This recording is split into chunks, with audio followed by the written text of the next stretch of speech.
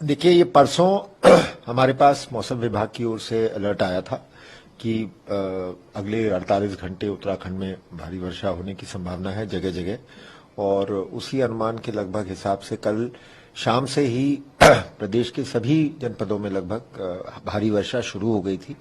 और देहरादून, इधर ऊपर गढ़वाल के सारे जनपदों में, कुमाऊं में भी कई जनपदों में भारी बारिश की सूचना थी। तो उसको देखते हुए हमने ऑलरेडी पूरी अपने पुलिस फोर्स को भी और अपने एसडीआरएफ को भी और एनडीआरएफ की टीम्स को भी अलर्ट कर दिया गया था। सारे डिस्ट्रिक्ट एडमिनिस्ट्रेशन भी अलर्ट पे थे।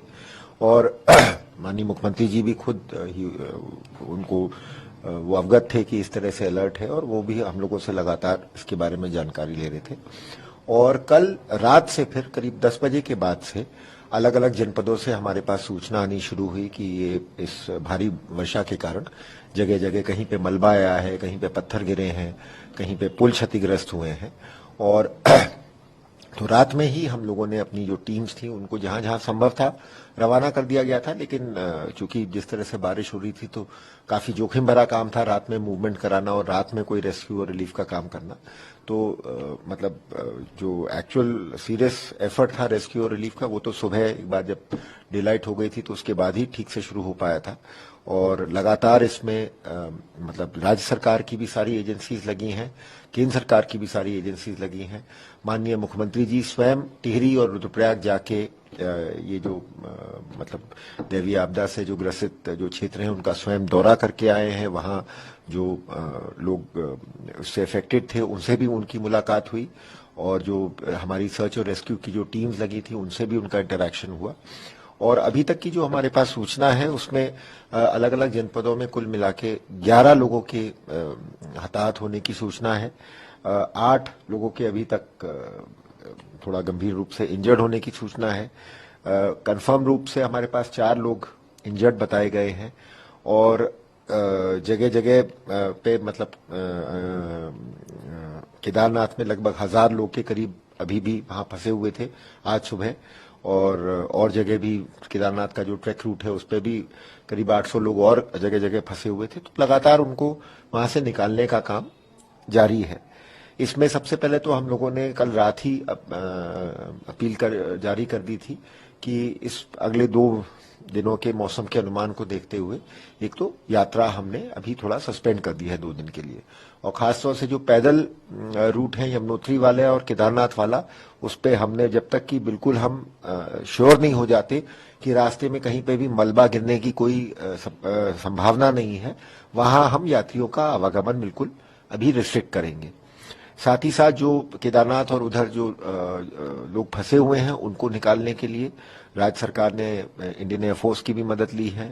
स्टेट गवर्नमेंट के भी कई सारे हेलीकॉप्टर्स ने, कुछ प्राइवेट हेलीकॉप्टर्स भी लगे हुए हैं उनको चार्टर करके उनको रेस्क्यू करने के लिए। एनडीआरएफ, एसडीआरएफ की टीम्स लगी हुई हैं। एनडीआरएफ की 12 टीम्स लगी हैं, और एसडीआरएफ की हमारी जो छोटी छोटी टीम्स होती हैं कंपैरेटिवली उसकी भी 60 टीम्स लगी हैं। और सारे डिस्ट्रिक्ट पुलिस के जो पर्सनल हैं, फायर सर्विस के पर्सनल हैं, फॉरेस्ट डिपार्टमेंट है हमारा, रेवेन्यू डिपार्टमेंट, सारे ही पूरा डिस्ट्रिक्ट एडमिनिस्ट्रेशन इसमें एज अ टीम काम कर रहा है। एंड आई एम श्योर कि हम इसमें हमारी कोशिश ये रहेगी कि सबसे पहले तो जो लोग स्ट्रैंडेड हैं उनको तुरंत सुरक्षित स्थानों पर पहुंचाया जाए। जो लोग घायल हुए हैं कहीं पे भी उनको तुरंत मेडिकल केयर उपलब्ध कराई जाए। और जो जो भी कैजुअलिटीज हैं उसमें नेक्स्ट ऑफ किन को इन्फॉर्म करके और उनको एम्स ऋषिकेश में लाके उनका सारा जो भी ऑटोप्सी वगैरह की फॉर्मेलिटीज पूरी करके उनको आगे उनके नेक्स्ट ऑफ किन को हैंडओवर किया जाए।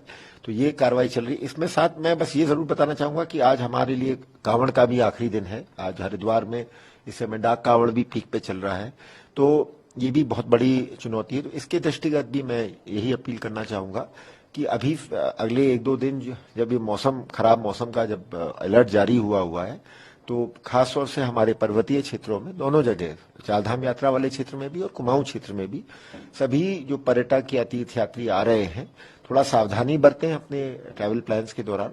है ना। रात में खास तौर से सफर अगर अवॉइड कर सकते हैं, रात में ट्रैवल ना करें, क्योंकि रात में अगर कहीं पत्थर गिर रहा है, मलबा आ रहा है, तो वो ज्यादा रिस्की हो जाता है। और साथ ही साथ कि लगातार आप लोग थोड़ा सा जो हमारे सोशल मीडिया हैंडल्स हैं उत्तराखंड पुलिस के, उस पर भी हम लगातार अलर्ट और अपडेट जारी करते रहेंगे, और उसमें हमारा मतलब रेस्क्यू और रिलीफ एफर्ट्स में भी हमारा यथासंभव सहयोग करें।